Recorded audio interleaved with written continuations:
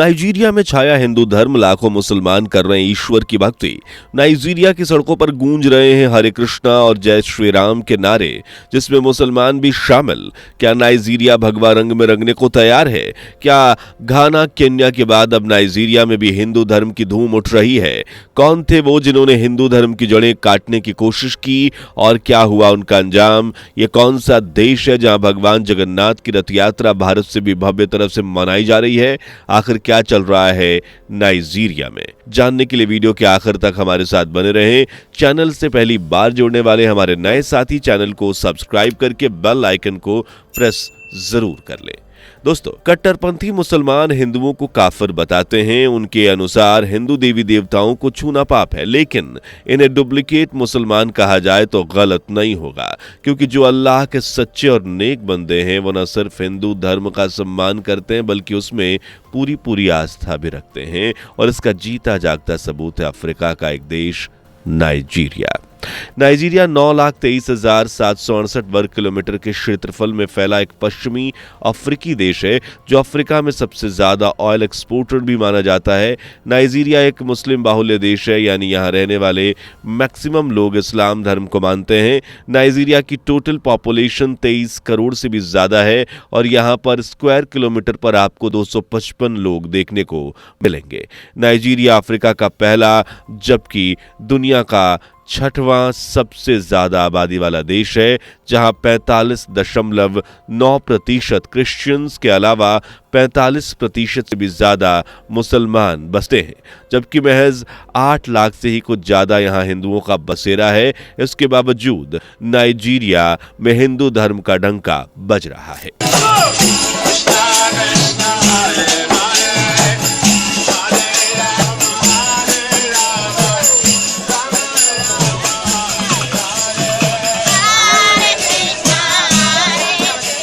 ये तस्वीरें नाइजीरिया की हैं, जहां लोग सड़कों पर भजन कीर्तन कर हरे कृष्णा का जाप कर रहे हैं। सिर्फ यही नहीं, नाइजीरिया में हिंदू धर्म इस तरह से फल फूल रहा है कि यहाँ मंदिरों में पूजा पाठ के लिए सुबह शाम लोगों की लंबी कतार लगती है, जिनमें बड़ी संख्या में मुसलमानों को भी शामिल किया गया है। नाइजीरिया के मुसलमान हो या ईसाई, उनकी श्रद्धा गुजरते वक्त के साथ हिंदू धर्म की तरफ बढ़ती जा रही है।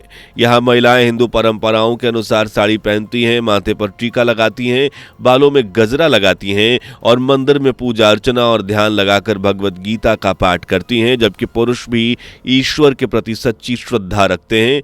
आपको पुरी की रथ यात्रा के बारे में तो जानकारी होगी, जिसे दुनिया का सबसे बड़ी रथ यात्रा माना जाता है। यूं तो इस रथ यात्रा की धूम भारत में दिखाई देती है, लेकिन बीते कुछ सालों से नाइजीरिया में भी जगन्नाथपुरी की रथ यात्रा को खूब धूमधाम से निकाला जा रहा है।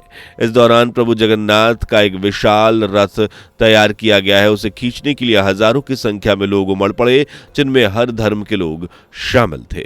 इसके बाद पूरे जोश, उत्साह और उमंग के साथ भगवान जगन्नाथ के रथ को खींचा गया। उन्हें पूरे नाइजीरिया का भ्रमण करवाया गया और फिर अभिषेक कर मंदिर में स्थापित किया गया। इस दौरान नाइजीरिया के ज्यादातर लोग सफेद कपड़ों में नजर आए और यह नजारा सच में मन को बेहद शांत करने वाला था।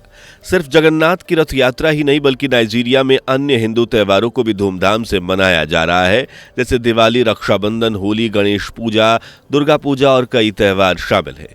दिवाली के दिन पूरा नाइजीरिया रंग बिरंगी रोशनी और लोगों की खिलखिलाती हंसी से गूंज उठता है, जबकि होली के रंग यहाँ प्यार के साथ उड़ाए जाते हैं। नाइजीरिया में हिंदू धर्म का इतना सम्मान किया जाता है कि आज यहाँ कई हिंदू मंदिर, जिनमें सुबह शाम लोग माथा टेकने और ईश्वर से आशीर्वाद लेने के लिए जाते हैं। इन मंदिरों में लक्ष्मी नारायण मंदिर की मान्यता पूरे नाइजीरिया में फैली हुई है, जो लागोस के विक्टोरिया शहर में आइलैंड पर बना हुआ है। इसके अलावा यहाँ सत्य साईं मंदिर के साथ साथ श्री राधा श्याम सुंदर मंदिर में भी रोजाना सैकड़ों की संख्या में लोग पहुंचते हैं और नाइजीरिया में इस्कॉन संस्था ने भी कई मंदिर बनवाए हैं। आज इसी संस्था के चलते नाइजीरिया में हिंदू धर्म तेजी से फल फूल रहा है। आज से कुछ साल पहले तक जहां नाइजीरिया में हिंदुओं की आबादी 2 से 2.5 लाख के लगभग थी, आज आबादी 7 से 8 लाख पहुंच गई है। इन हिंदुओं में कई तो ऐसे हैं जिन्होंने इस्लाम छोड़कर हिंदू धर्म को अपनाया है। नाइजीरिया में ऐसे एक नहीं अनेकों लोग हैं जिन्होंने इस्लाम से तंग आकर हिंदू धर्म को अपनाया है। और इन्हीं में से एक है आगो स्टेलिनी, जो पहले मुस्लिम हुआ करते थे लेकिन फिर इन्होंने सनातन की पवित्रता को समझा और हिंदू धर्म अपना लिया। आगू के अनुसार वो मुस्लिम पैदा हुए थे और इसी धर्म के साए में बड़े हुए, लेकिन उनके मन में कभी वो शांति, वो सुकून नहीं मिला जो उन्हें हिंदू धर्म से जुड़ने के बाद मिला। इसलिए उन्होंने बिना देरी किए हिंदू धर्म अपना लिया और आज वो भारत में रहकर एक सुकून से भरा जीवन जी रहे हैं। इसी तरह नाइजीरिया के कई और भी लोग हैं जिन्होंने हिंदू धर्म को अपनाकर अपनी जिंदगी को एक नया मुकाम दिया है और आज इनमें से ज्यादातर लोग सनातन का प्रचार प्रसार भी कर रहे हैं। यही कारण है कि अब हिंदू धर्म अफ्रीका के सिर्फ नाइजीरिया तक ही सीमित नहीं बल्कि घाना और केनिया जैसे देशों में भी इसका डंका बज रहा है। अफ्रीका के अलावा यूरोपीय देश भी बड़ी संख्या में सनातन छाया के नीचे आ रहे हैं। रूस, अमेरिका, ऑस्ट्रेलिया, यूक्रेन जैसे तमाम यूरोपीय देश जहां हिंदू धर्म से जुड़ी धूम छाई हुई है।